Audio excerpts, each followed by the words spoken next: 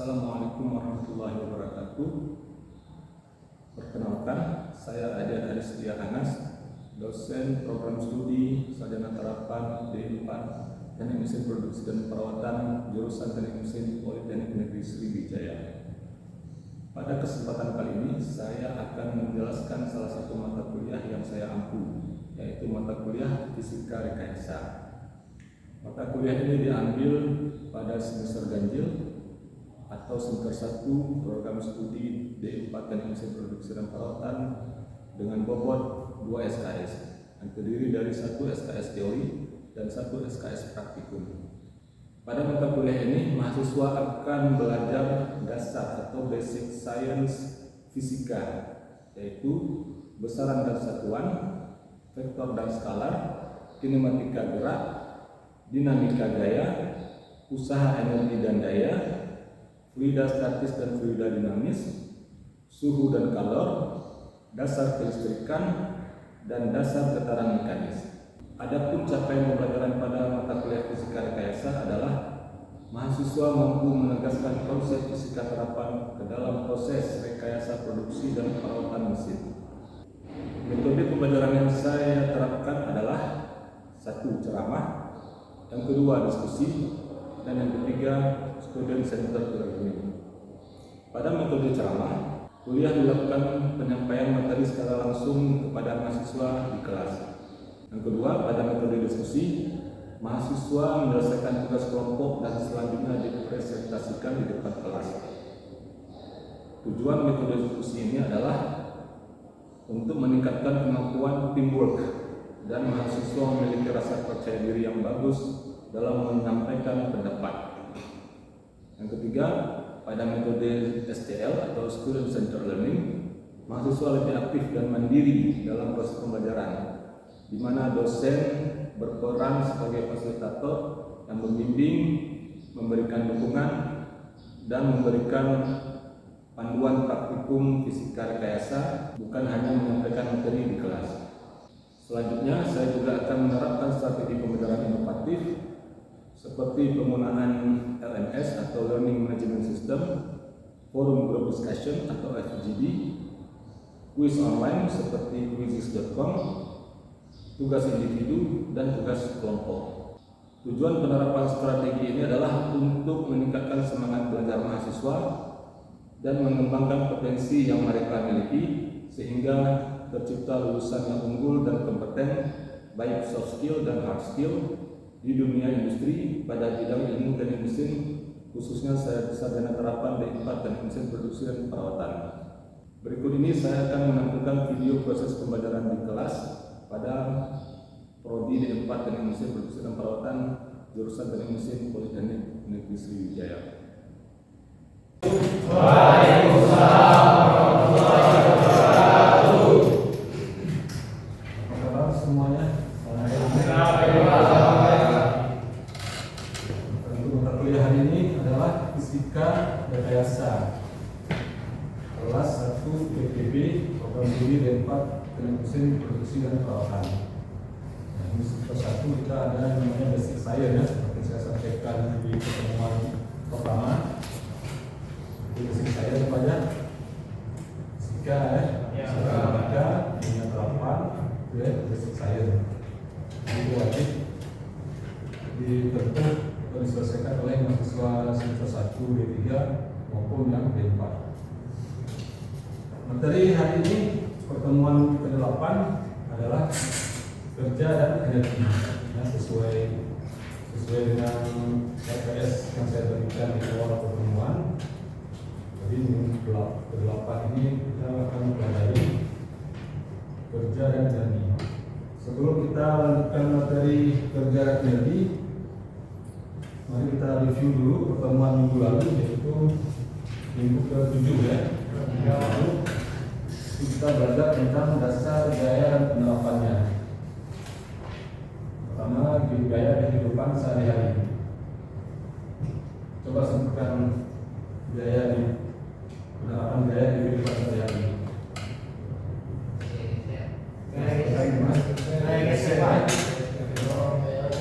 Gaya dorong,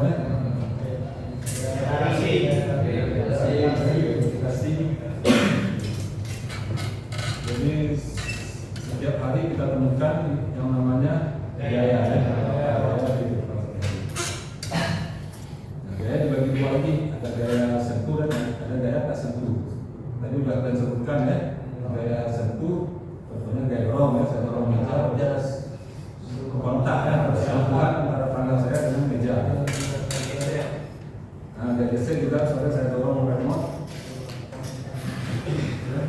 jadi gesekan antara remote dan permukaan meja. Yang kedua gaya tak sentuh.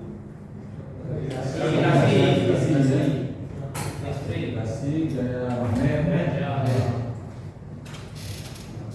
pada kutub utara, kutub selatan ya. Sudah ada menarik kita gaya, tapi dia tak berubah. Yang kedua, jenis sudah ya. Yang ketiga ya, diagram beda bebas. Apa itu diagram beda bebas?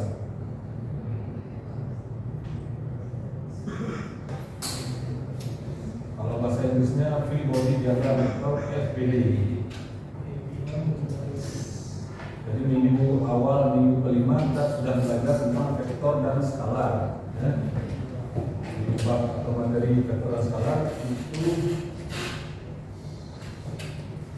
pertemuan berikutnya ada free body diagram atau FBD atau DBB ya.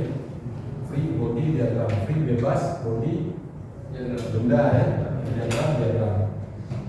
Jadi pengertian diagram benda bebas di sini adalah semua gaya atau momen, semua gaya dan momen yang bekerja pada suatu body atau suatu benda ya, itu harus kita gambarkan besaran vektor dan arahnya. Ya. Misalkan meja ini saya dorong, ada berapa gaya yang bekerja? Pertama gaya normal meja ya. Gaya normal meja berlawanan dengan arah gaya gravitasi bumi. Ya. Misalkan saya dorong sejajar sumbu X atau horizontal, nanti ada tiga gaya ya. Sudah ada tiga gaya dorong, gaya gravitasi bumi, gaya normal ya, gaya normal. Yang keempat gaya gesek antara meja dengan lantai. Jadi semua gaya yang bekerja pada satu benda itu harus kita gambarkan dalam bentuk diagram. Ya, diagram apa sinonim dari diagram gambar ya. Misalkan saya dorong meja, arahnya ke sana kan saya dorong ya. Ada gambar itu juga diberi tanda panah karena vektor itu adalah besaran yang memiliki satuan dan arah. Ya. Jadi review mata kuliah fisika TSA ya, minggu sebelumnya. Nah, materi hari ini adalah kerja dan energi. Capaian materi kerja dan energi atau CPNK ya, capaian pembelajaran mata kuliah untuk kerja dan energi. Mahasiswa mampu menerapkan konsep fisika terapan ke dalam proses rekayasa produksi dan perawatan mesin. Itu capaian mata kuliah secara umum. Itu yang harus ditempuh mahasiswa selama 1 semester itu mata kuliah fisika rekayasa. Untuk bab kerja dan energi kita buat sub CPNK-nya keturunan dari CPNK ya. Sub capaian pembelajaran mata kuliah, yaitu mahasiswa mampu menganalisa permasalahan pada studi kasus tentang kerja, energi, konservasi energi, dan daya pada proses rekayasa bidang produksi dan perawatan mesin. Jadi itu ya CPNK yang harus ditempuh dan dicapai oleh mahasiswa semester 1 ya. Prodi D4 mesin produksi dan perawatan. Jadi setiap materi atau bab itu ada sub CPNK-nya masing-masing. Itu anak dari CPNK ya. Capaian pembelajaran mata kuliah dan sub capaian pembelajaran mata kuliah. Pertama kerja. Bahasa Inggrisnya apa kerja? Work. Bahasa lain dari kerja? Usaha.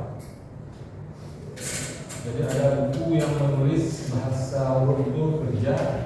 Kalau bahasa Indonesia ada kerja, ada usaha. Jadi pengertiannya sama ya, usaha dan kerja. Kapan kerja terjadi?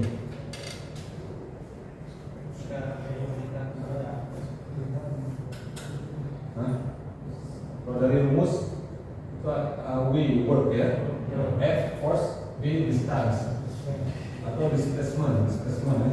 Jadi semua simbol fisika itu diambil berdasarkan ya rata-rata diambil dari bahasa Inggris. Misalkan we work. Ada lagi we satu lagi apa?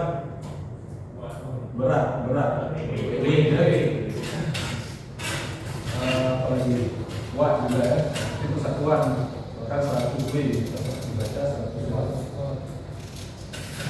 Kalau F force ya. Bukan yang dari bahasa Indonesia. Kalau bahasa Indonesia gaya itu G ya. Akan itu kita diambil dari sistem internasional yaitu F force. Satu lagi D kecil, D displacement. Maka gaya kerja terjadi ketika ada gaya ya, yang tidak nol dan terjadi perpindahan terhadap benda tersebut. Misalkan saya dorong remote ini kan dari titik A, ada gaya, gaya dorong kan? Gaya dorong, apa yang terjadi? Perpindahan dari titik A ke titik B. Bahkan jarak ini adalah 1 meter. Jadi ada displacement ya.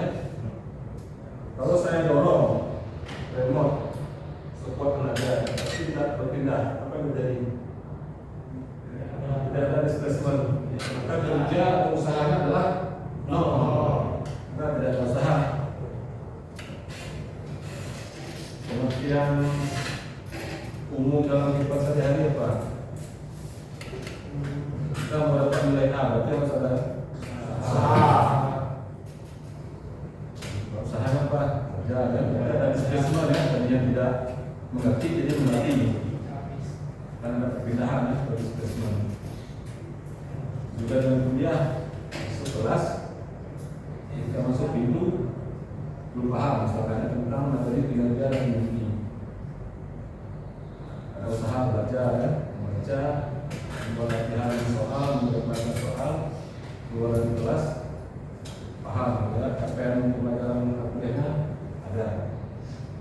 Jadi di sini kerja simbolnya W kapital adalah perpindahan energi melalui gaya yang diberikan ke suatu benda sehingga menyebabkan benda tersebut berpindah. Jadi syarat ada kerja atau usaha yang pertama adalah ada gaya ya. Yang kedua ada perpindahan ya. Kalau tidak terjadi perpindahan berarti tidak ada usaha. Atau usahanya sama dengan nol. Apa satuan usaha? Atau satuan kerja? Joule ya, sistem internasional. Satuan usaha atau kerja adalah Joule. Lanjutkan. Misalkan ada satu benda balok dari titik 1 ke titik 2 diberi gaya apa tuh? Gaya tarik ya. Tadi di remote saya berikan gaya dorong. Sekarang gaya tarik. Tapi di sini gaya tariknya tidak horizontal ya, atau ada sudut kan miring ya. Di sini ketika terjadi perpindahan benda maka berlaku hukum Newton kedua ya. Hukum Newton yaitu Fx sama dengan m kali ax. Apa F? Gaya x. X sumbu x kan? Karena gaya pada benda itu bekerja pada sumbu x. Kalau horizontal ya. Maka di sini diberi tekanan x. Kalau terjadi gaya pada sumbu y atau vertikal y ya. M apa? Massa ax percepatan benda yang terjadi pada sumbu x. Ketika benda berpindah dari titik 1 ke titik 2 itu akan terjadi percepatan. Jika ada percepatan ya, atau kecepatannya tidak konstan, maka berlaku hukum Newton kedua.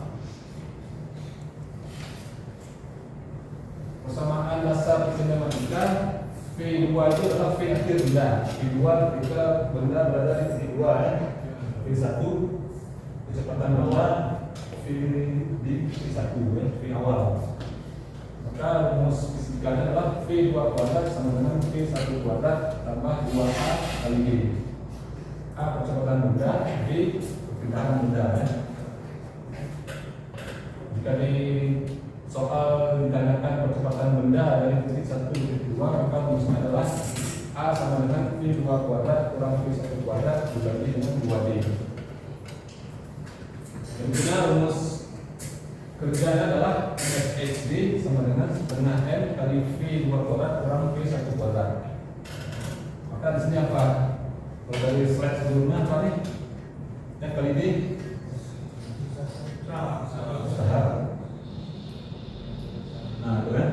W ya, kita bisa dari W sama dengan setengah M kali V2 kuadrat dikurang V1 kuadrat. M massa benda itu sendiri, V2 kecepatan benda ketika berada di titik 2, V1 ketika berada di titik 1.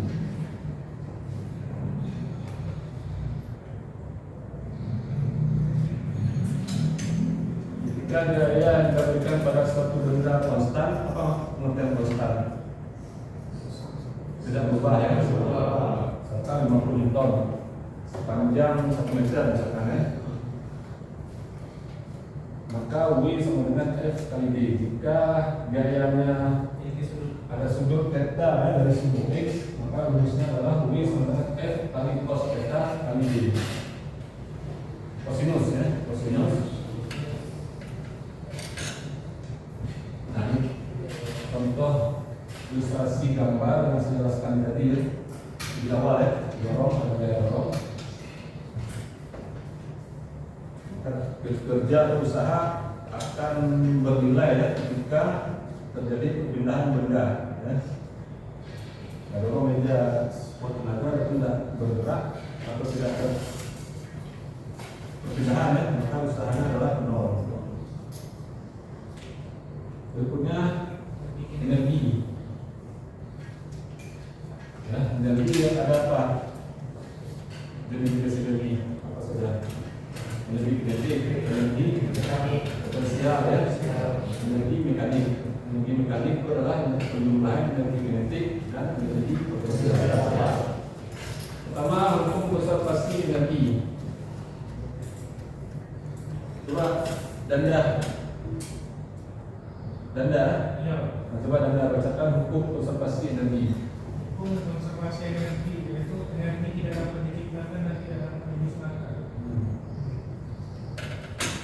Jadi setiap benda atau substansi yang ada di bumi ini memiliki energinya sendiri. Ya. Di galaksi lah, angkasa ya. Matahari dia punya energi sendiri, planet Mars punya energi sendiri. Di kehidupan kita sehari-hari energi apa?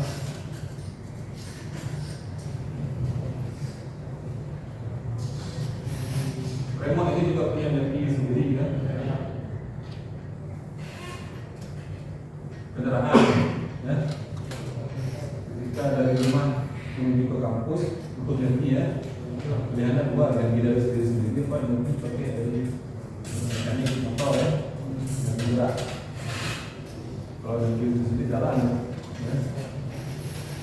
Kalau energi mekanik berarti ada konversi ya, dari energi kimia bahan bakar menjadi energi gerak energi mekanik. Energi kinetik sangat dipengaruhi oleh kecepatan suatu benda, misalkan dari titik 1 ke titik 2 ada kecepatan V, atau V-nya tidak nol, maka di situ terjadi atau adanya energi kinetik. Dimana rumus energi kinetik adalah karena M kali V kuadrat. M adalah massa benda, V kecepatan benda. Ya. Di sini dilihat, kita lihat ada kuadrat ya. Maka energi kinetik sangat berpengaruh terhadap kecepatan benda tersebut. Yang kedua, energi potensial. Energi potensial dipengaruhi oleh H, ketinggian benda. Contohnya remote ini, kalau jatuh di kepala 1 meter, nggak terasa ini ya, paling bergaruk gitu ya. Tapi kalau jatuh dari 100 meter, celaka ya, malah celaka, remote pecah ya. Tapi sangat dipengaruhi oleh ketinggian benda. Energi potensial sama dengan M kali G kali H. M massa benda, G gravitasi ini, H tingginya yang ada dari contoh gambar ini ya, dari titik A, I2 ke I1. Ya, semakin tinggi benda jatuh, maka semakin besar energi potensial yang harus didapatkan. Kalau sama ya, kita loncat juga kan, 1 meter dari meja ini ke bawah, tidak apa-apa kan, betul kan? Tapi kalau loncat 10 meter ya dari lantai ini ke parkir itu kan, maka berarti energi potensialnya sangat besar. Atau energi potensial sangat dipengaruhi oleh ketinggian benda yang jatuh, benda yang berat. Yang kedua daya. Demikian dari kerja sudah energi potensial, energi kinetik. Satuan daya itu watt. Kita mampu ini 100 watt dayanya. Satuan watt lainnya adalah joule per second atau joule per detik. Itu sama dengan watt. Kalau energi listrik, kalau dikatakan apa namanya? KWH ya. Maka 100 watt kita nyalakan 1 jam. Maka energi yang diperlukan lampu ini baik. Dari PLN ya, lampu 100 watt. Kalau diubah ke kW 0,1 watt kan, bagi 1000 watt. kW apa? Kilowatt kan? 1 jam 1 hour ya. Maka 1 kali 0,1. Maka energi yang diperlukan lampu untuk menyala 1 jam adalah 0,1 kWh.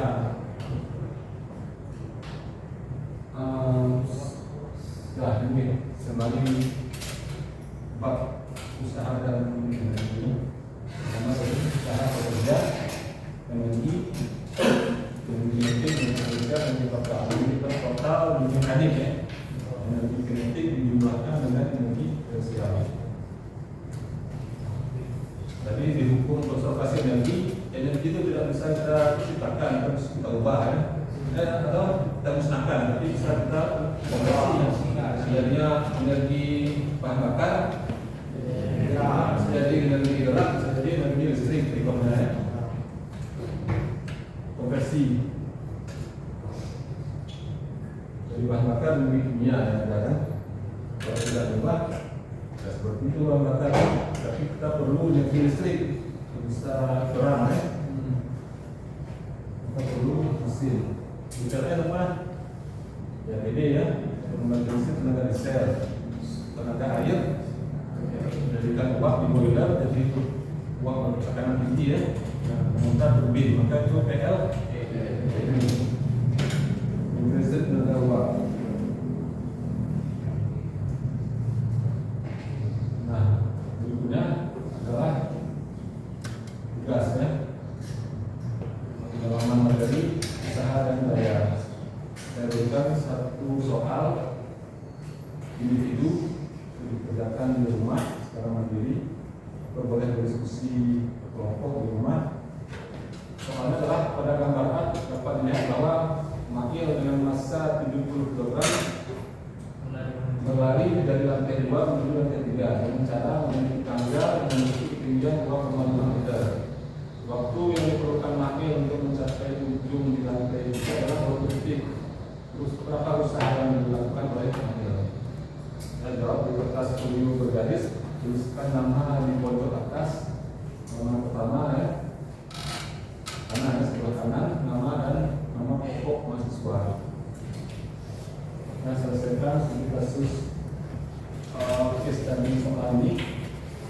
Pastikan tulisan individu kalian dapat saya baca jelas ya.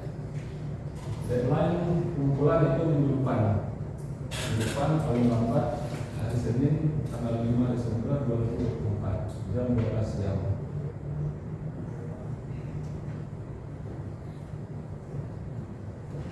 Silakan yang bertanya.